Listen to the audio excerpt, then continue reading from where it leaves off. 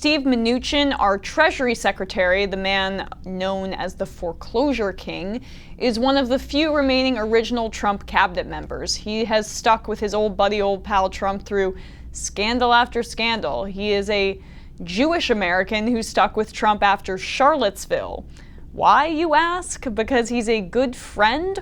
Or could it be that he's not done looting the country and loosening regulations for him and his other rich friends? Yeah, I think it's that.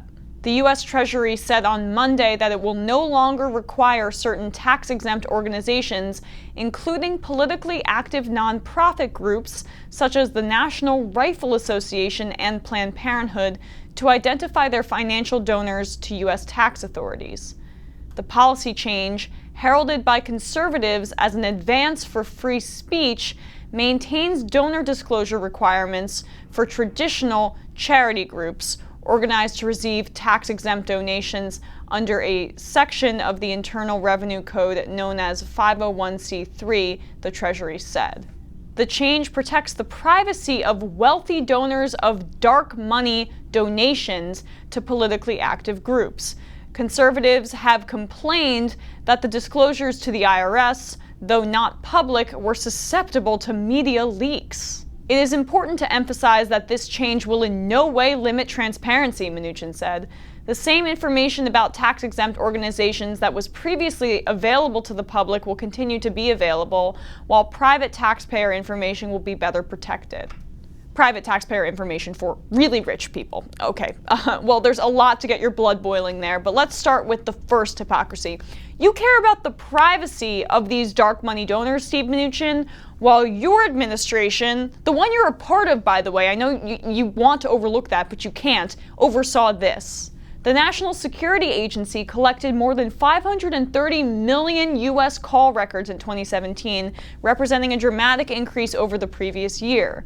According to an annual transparency report, the spy agency collected 534 million call records in 2017, more than 3 times the 151 collected in 2016.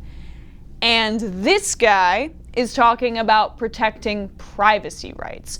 What he means is privacy rights for the wealthiest and the most privileged who try to buy our democracy, which are the people he serves. He couldn't care less about the privacy rights for average Americans who are getting spied on left and right, an increase of spying, which was already atrocious under the Obama administration.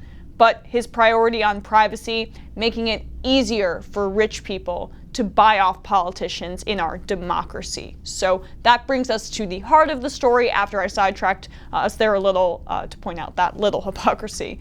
The article says the change protects the privacy of wealthy donors because they were susceptible to media leaks.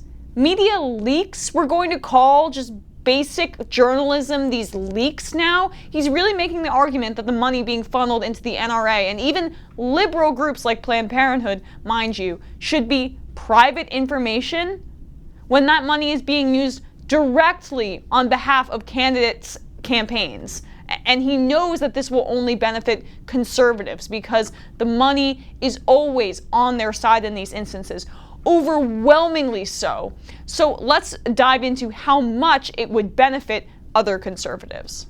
Under federal law, charitable organizations that are tax exempt under Section 501c3 have to provide to the IRS information about the names and addresses of substantial donors.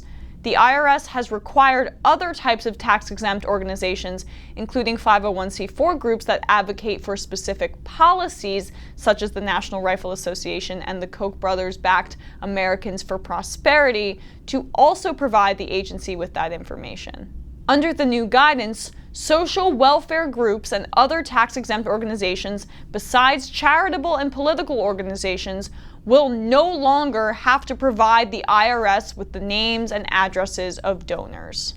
Our campaign finance laws are so insane. The NRA and organizations like the Koch brothers organization, their 501c4 groups, they're technically not explicitly political organizations, which is absolutely bonkers. So they're technically social welfare organizations, and they are the exact kind of organizations that will have their restrictions loosened by this, and had their restrictions loosened by Citizens United in 2010. After that year, they increased their spending markedly. As you can see, dark money groups spent over $300 million on the 2012 presidential election, almost exclusively against President Obama, who wasn't even an insanely progressive guy. And for a more updated figure, the total of dark money groups spending, which these 501c4s are a big part of, is around $746 million on federal races since 2010, according to the Center for Responsive Politics. Less than 10 years. And now Steve Mnuchin is working to ensure that the donors to these groups like the NRA and Americans for Prosperity, the Koch brothers, have less disclosure and transparency, not more. Yes, Democratic Socialists of America, DSA, and parts of Planned Parenthood, their fundraising operation, they'd be included in this, but the money is so overwhelmingly on one side. And it's so clear what these rules of the game favor. Conservatives, corporations, and Steve Mnuchin is making it easier for that to happen. So much for being against election rigging, by the way, and so much for draining the swamp.